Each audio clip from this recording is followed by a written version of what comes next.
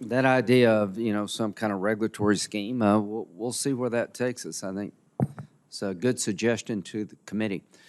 Ms. Grace, did you find it more of a common practice that the older you got, the more scrutiny you were under in terms of your employer? I did, sir. In the prior hospital system that I was at before it was bought. What's the difference between your salary and the person that they hired to take your job? Much less, because they hire by experience. My salary was, as a patient advocate, $38 an hour, which is good money for a nurse. That supervisor probably who took on my job probably was making 25. Okay. Professor Giles, is in the age discrimination area, is it one of the common themes here that replacing an older employee with a younger employer saves money? Yes, because they believe, it's been a long time belief in healthcare that No, the I'm longer- talking Professor Giles. I'm sorry. Pardon? Yeah, I'm directing this question to Professor. Oh, I'm sorry. Yeah, my bad. Excuse me. But I'm going to continue with what Joanne has just told us. Yes, I mean, the idea is that younger workers can come in more cheaply.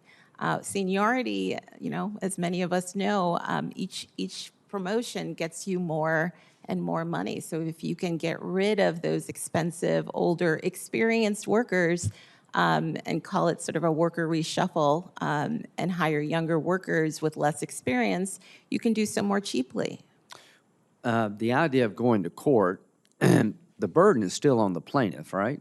Oh my gosh, yes. I mean, let's not pretend here that getting rid of forced arbitration means that everybody's going to walk into court and get a check, once they walk into court.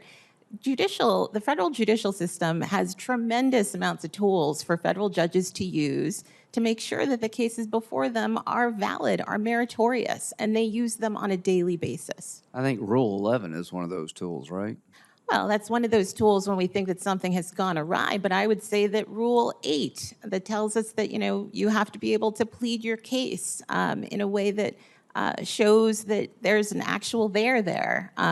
That's a meaningful rule. Rule 12b-6, which gives Victor the opportunity to represent his clients by seeking to dismiss claims that they think lack legal merit. It's a ton of stuff that lawyers and judges do to ensure that the system of laws operates the way that we want it to. But forced arbitration basically says, let's just forget all that and forget all those cases and shunt them into a private system.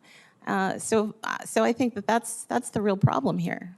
Ms. Grace indicated that she could only call one witness in the arbitration setting. Is that common? Oh, I'm sorry, you were still asking me? Yes. Yes.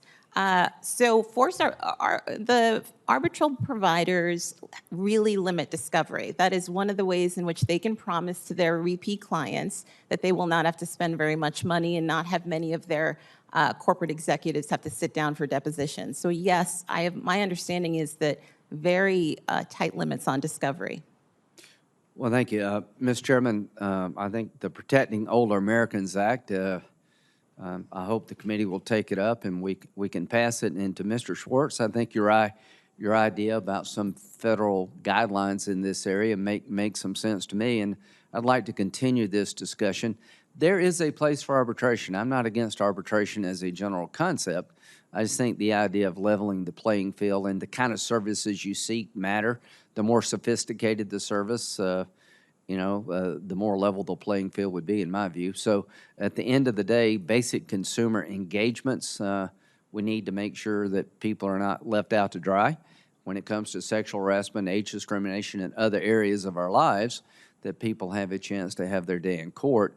But generally speaking, having arbitration is a good thing. I think it is cheaper, it is more efficient, but there are circumstances where it really doesn't render justice. And that's what I'm looking for, is try to find that balance. Thank you. Thanks, Senator Graham. Senator Whitehouse.